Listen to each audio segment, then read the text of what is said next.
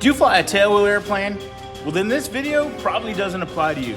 But if you fly a nose dragger, you might want to watch this. Have you ever experienced nose wheel shimmy? Most of us have. If you've ever had just a little bit of death wobble on a vehicle, it's the same thing. And basically what happens is this front wheel can start to shimmy or shake back and forth, and it can be kind of violent. I've even heard people say that a little bit of shimmy is acceptable or normal. Well, I guarantee you it's not. And the airplane, when it was new, did not leave the factory like that. So what happens over time, the components in the nose strut and the steering system tend to wear out a little bit, creating a little bit of play, and that ultimately leads to the front wheel shaking when it's under a load. There's some other factors as well. It could deal with the front wheel, could be out of alignment. So essentially everything in the nose steering system has to be exactly perfect for the nose wheel to function properly. The main things that are overlooked are the steering collar, which is up here, which connects to the steering input from the pedals, and it also has a shimmy dampener on it. So if that collar is not shimmed right and it can rock back and forth, that's a pretty bad one. Unfortunately, to shim it, it's kind of a pain in the butt. You got to take apart the whole nose strut, and you got to make sure that it's shimmed properly.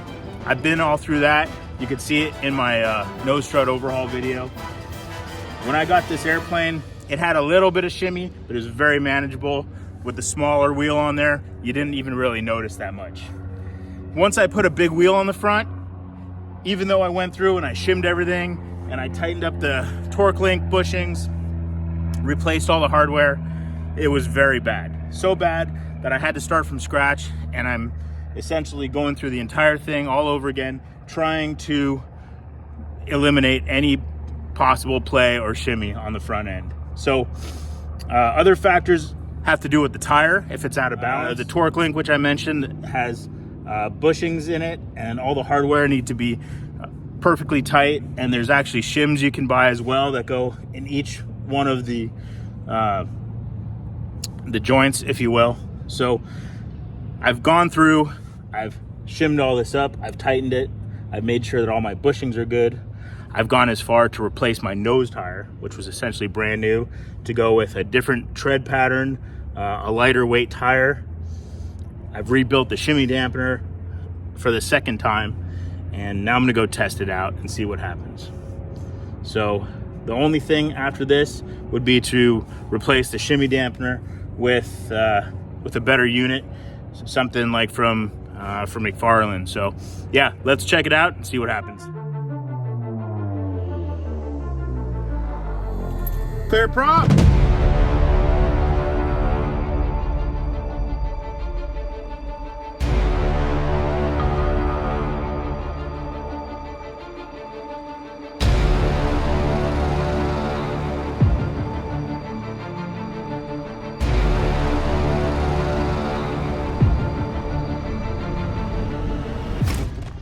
All right, so we're just holding short of the runway. Initial taxi impression, it seems like it might be a little bit better. It's hard to say at low speeds, but I'm gonna go out. I'm gonna do a couple touch and goes, a couple full stop landings, see how it behaves. It seems like every time I make a change, it improves a little bit, but it doesn't totally go away. The last change I made was tightening up the torque link, so the scissor, and just really getting it dialed in so there's absolutely zero play. And I still had a little bit of shimmy, but I was able to alleviate it by unloading the nose, getting the elevator all the way up, or getting the yoke all the way back.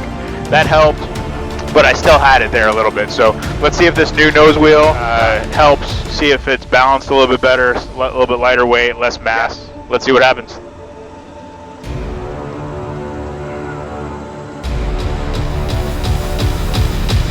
All right, so the takeoff roll, I still had a little bit of shimmy.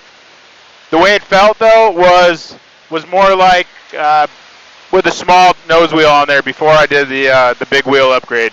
So I think I'm going in the right direction. I took off with no flaps, which gave me the most weight, if you will, on the nose wheel, the least desirable effect. Yeah, so let's see what a landing feels like. All right. Well, unfortunately, still got a little bit of nose wheel shimmy, so it's pretty manageable. If I land with the nose up and keep it unloaded, it's not very noticeable, but once you still go through a certain speed, I want to say maybe in the 30, 40 knot range, it still shakes. I can alleviate it, whereas before I couldn't do anything to get it to stop except for stopping the airplane. So it's not violent, but it's still not right. Everything's tight. The only two things left that I haven't done are align the nose wheel, where you got to draw a center line underneath the airplane and then block up some kind of piece of wood or angle iron, and then check the two lines for parallelism. Haven't done that, and the shimmy dampener I have is still original, so it might not be functioning to its fullest potential. So, all right, more to come. Let's see what's next. Thanks for watching, guys.